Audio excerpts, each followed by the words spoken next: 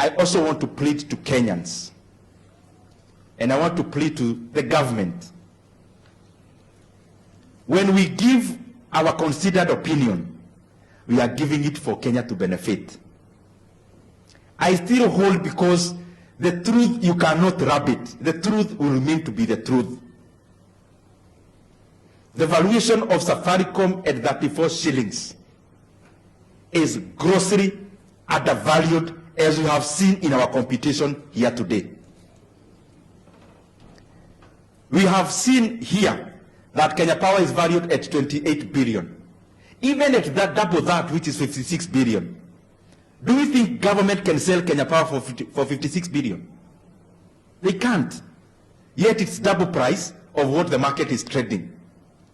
So I'm also appealing that all of us, let us purpose to put up Safaricom transaction in an international bid.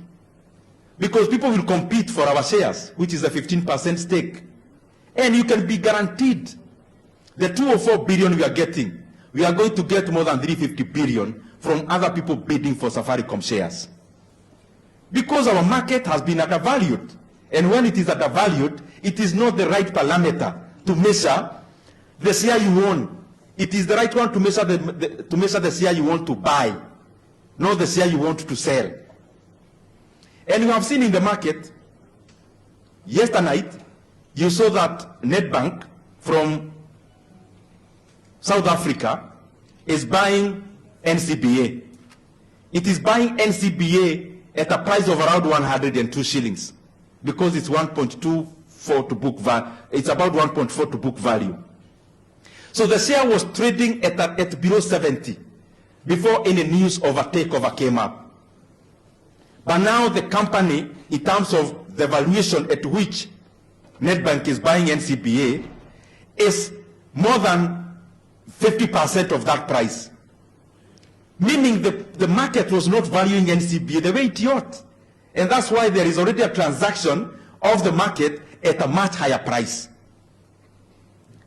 There is a transaction happening in Kenya now of a company called EABL.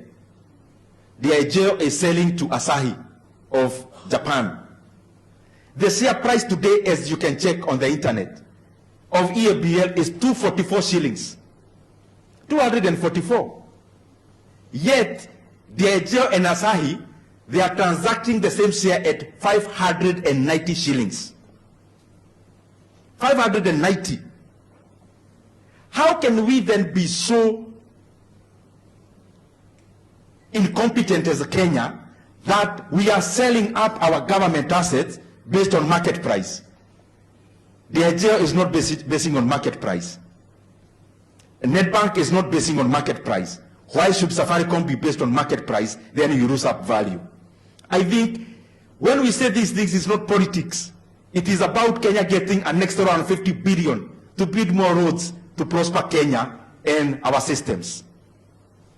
I want to announce to all of you here as my brothers and sisters, what we did in Keharu in terms of launching a program of learners paying 500 shillings per term. It is the journey towards totally free basic education in Kenya. And we are going to make it happen.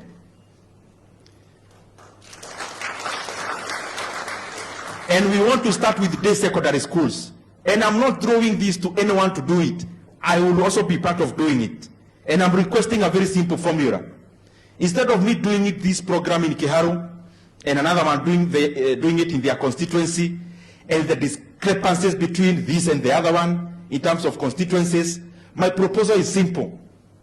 And we'll do it, and I can assure you, I'll be the champion of this until it is done. CDF at Nairobi level, even before it comes to Keharu, every constituency must be cut 30 million Kenya shillings, which will amount to 10 billion Kenya shillings nationally. We put that money into a kitty we are going to call day secondary school kitty. The governors in the equitable share to also contribute 10 billion Kenya shillings. Even before it reaches, the treasury should deduct the 10 billion. The national government, and especially the Ministry of Education, to also rearrange their budget and raise an extra 10 billion Kenya shillings. We put that money into a kitty of day school. Kenya requires only 30 billion shillings to make day secondary school education free and totally free, including lunch. And Kenya must start that journey today, not tomorrow.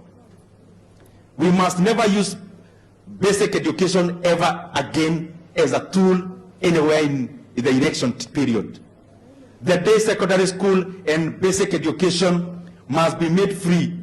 And by the way, my goal is for us to have free basic education from term 2 of 2026. Because education, in all economic models, education is the #1 parameter of an economy, for economy to grow. It brings R&D, it brings technology, it brings about skills. We must make this available to all Kenyans. And I can guarantee you, whether I'll be alone as a member of parliament, I'll do it and it will happen. Thank you very much. Mheshimiwa, kidogo. I think our